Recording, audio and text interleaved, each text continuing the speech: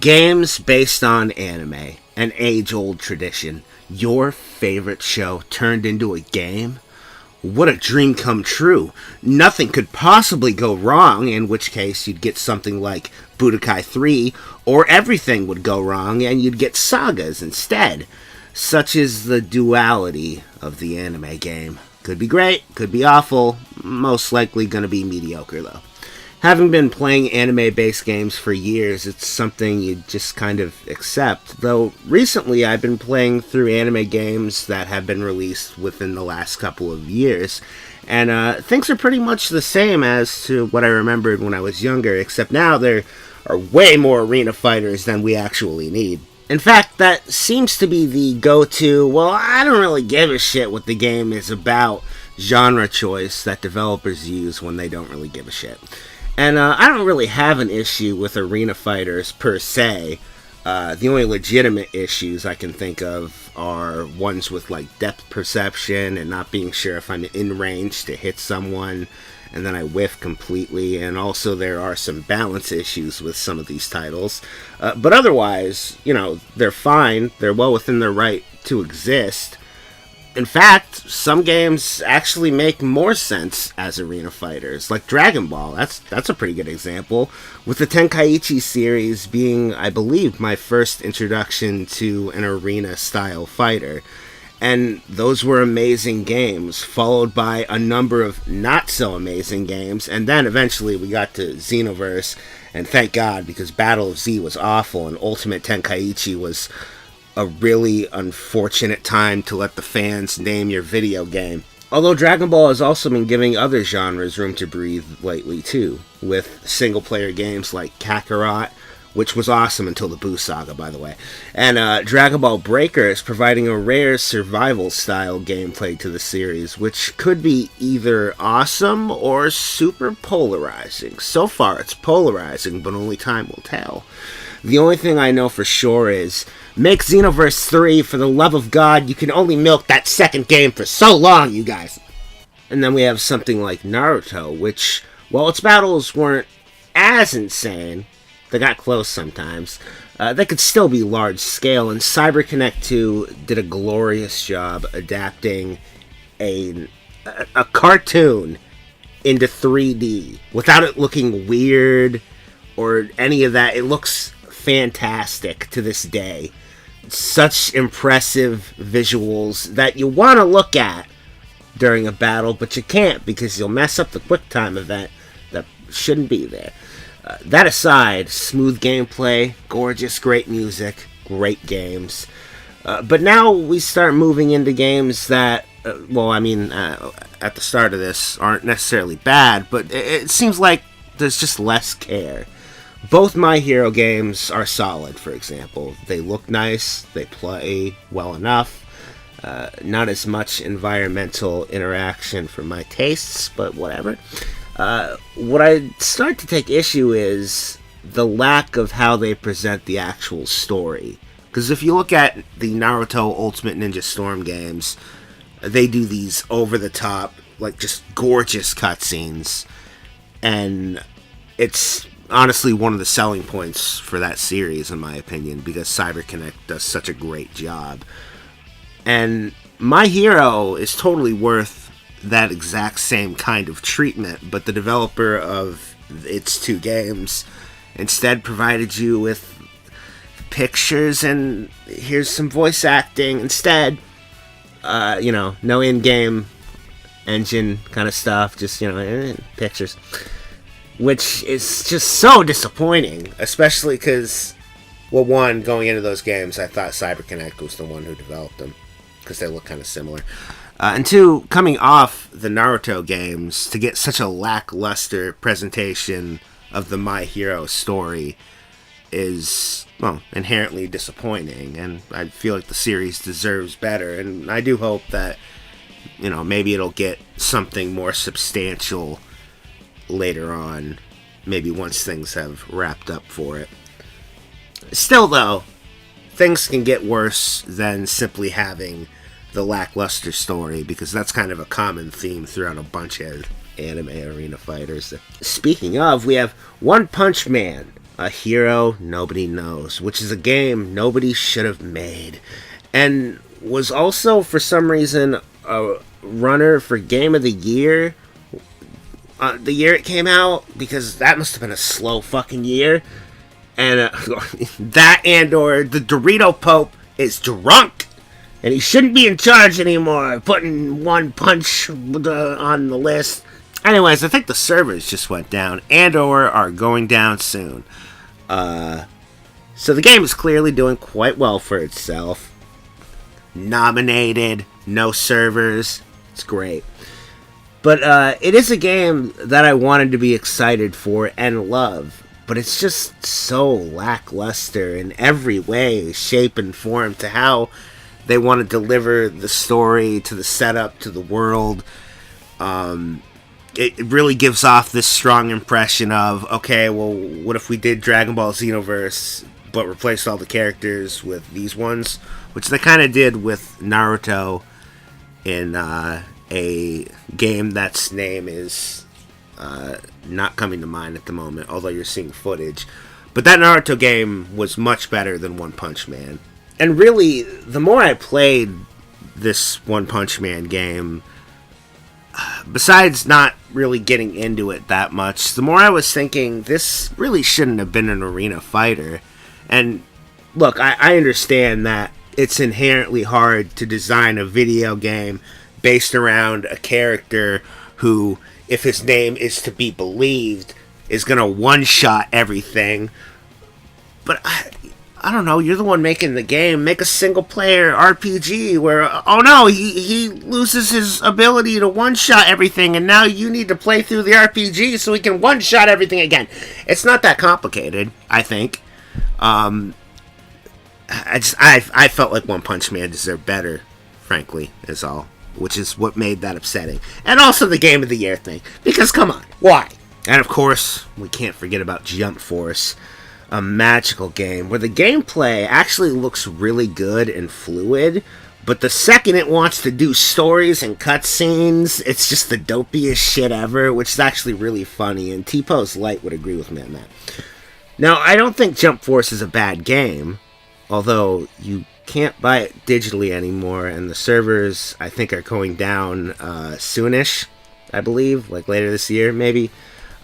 So it might clearly not be the best, but it's just the half-assed nature that gets me.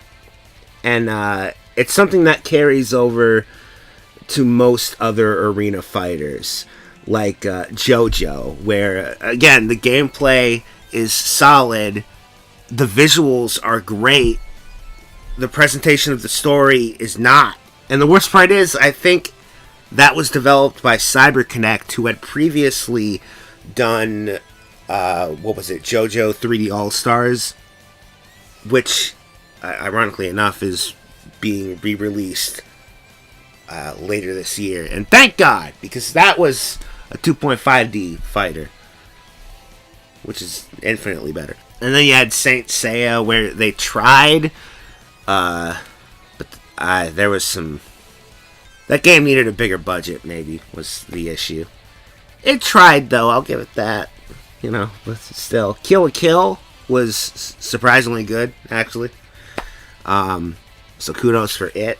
I think more than anything else, it's just kind of sickening to see how many arena fighters tend to dominate the anime scene. And that's not to hate on arena fighters, because again, they're fine. I just don't like it to be the only go-to place where, well, we're making an anime game, so we gotta make it an arena fighter. If they make a Jujutsu Kaisen game, and I hope they do, I have a feeling it's gonna be an arena fighter, but I hope it's not.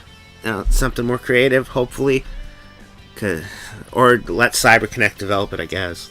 My problem is, there's just other genres out there that you can explore, like Musou's, for example, which is the other go-to genre for anime games, although they have not been relying on it as heavily. Actually, Nintendo's taken up that spot. Some recent Musou anime titles I played, though, are Berserk, which came out a few years ago, but it's still pretty fun and really gory, which is great. And also there's the ongoing One Piece Warriors series, which is very solid. And since that genre isn't as spammed as the arena fighter, I don't really mind it as much. And plus, I have to give Koei so much credit for actually doing the impossible by making a fantastic Attack on Titan game that is not some generic Musou game, which, you know for a fact that if Attack on Titan had, like, way more characters like Eren or Annie, you know, just main character Titans to fight the other Titans, they totally would have done the normal Musou thing. But it didn't, so they couldn't, and they had to make something interesting instead. And they did a great job. Zooming through environments, taking down Titans, it's good stuff. Just really, really enjoyable. But some games, well, they like to shake things up a bit.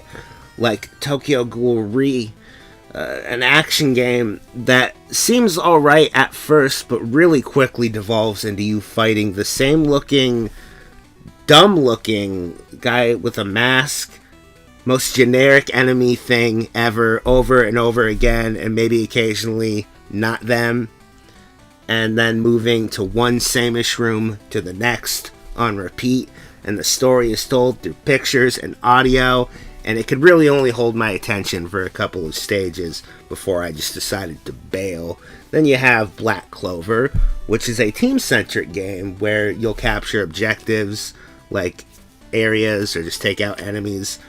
I didn't play too much of it in its heyday, but it seems like an interesting title, and I like it more than Tokyo Ghoul, though that's not saying much.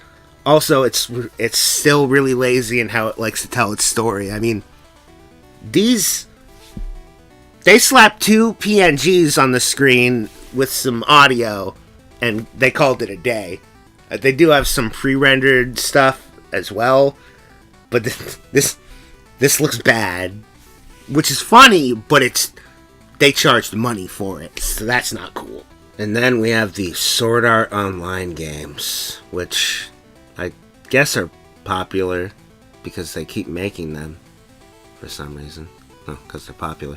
Having played them, they're alright, but I'm still far too salty about .hack not getting the limelight it so desperately deserves and has deserved forever to enjoy these games properly. I'm biased, basically. I will admit.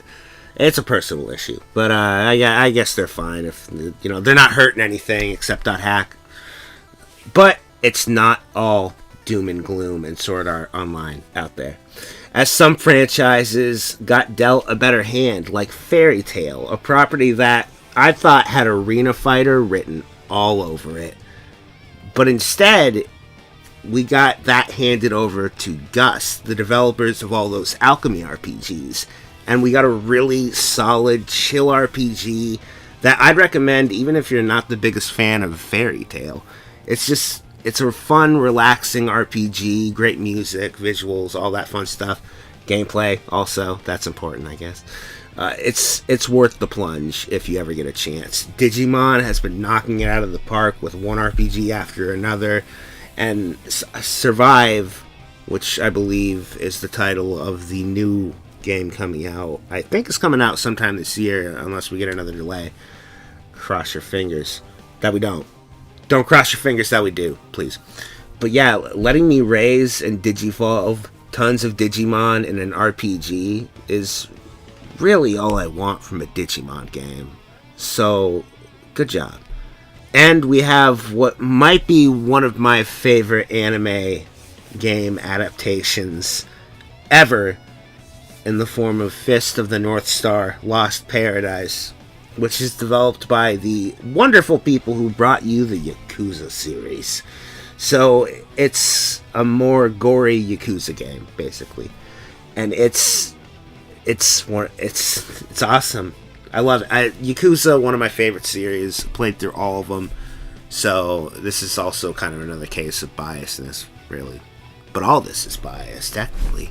And this game's great, so you should go buy it and spend money on it. Bias. It is a really solid game, though. Great voice acting, great gameplay. You can run around looking like Kiryu. Every game should have those features. But I guess that's anime games for you. You're either riding high somewhere on Budokai 3, or you're knocked off a cloud and you plunge into hell and you gotta play more Tokyo Ghoul. I just wish we could have a little more consistency, but I suppose something like that is never going to actually happen. But if that can't happen, maybe we could add some more genres besides just the go-to ones. Ultimately, though, I really just want to feel like the developer actually gave a shit about the game they just made. Because when they do give a shit, we can get some pretty impressive games. Hello, and welcome back to End Slate, where you thought at the end of the video you were safe from the video continuing, but somehow the video is still going. I hope you enjoyed whatever the hell that was. As I'm recording this, I still don't even have a title for the video. Anime video.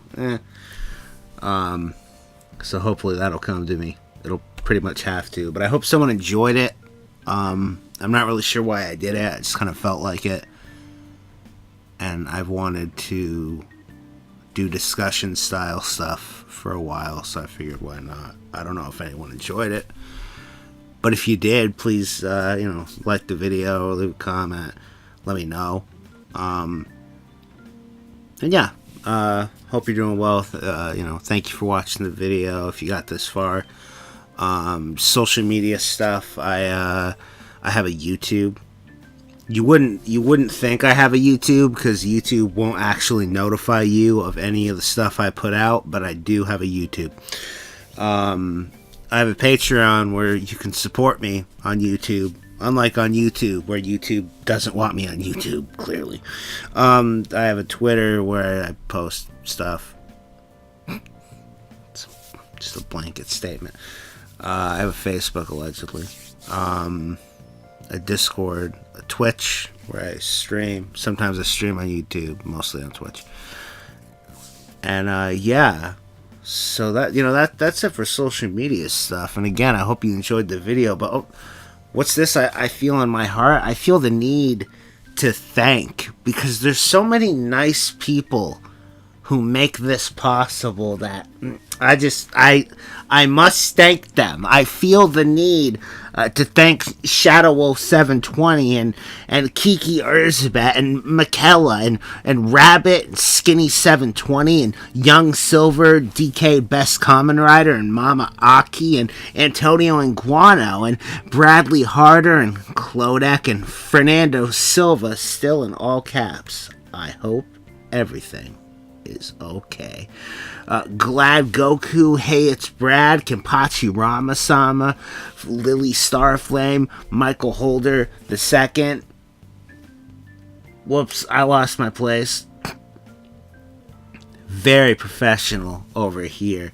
Thank you, Nikki Layman and Nolan, Rage Magikarp, Ragnar the Green. Also, thank you, Ragnar, for on the Discord because I'm scared. Cedars PhD, Static Peaches, the Epi Man. Still want to call you the Pie Man. Thank you, Eek. The Video Gummy, Orderly Chaos, Purin, Pickle. Morty. Anal Bag, thank you, Andrew Silverman, Andy Devora, and Evil Ghost. Oh, not in this video, unless you. Well, there was Tokyo Ghoul. Oh, that's an Evil Ghost. I'll count it. Thank you, Angel Bane, Orange, David Martinez, Derek Chapman, Dees, aka Is That So, Dylan Swenson, Effrey 684, Heather Hawthorne. Oh, that rhymes. Also Hawthorne Heights. They're still a band, believe it or not. I think they brought back Unclean Vocals too. I don't know. I actually don't. I haven't listened to any of the newer stuff except for like one song.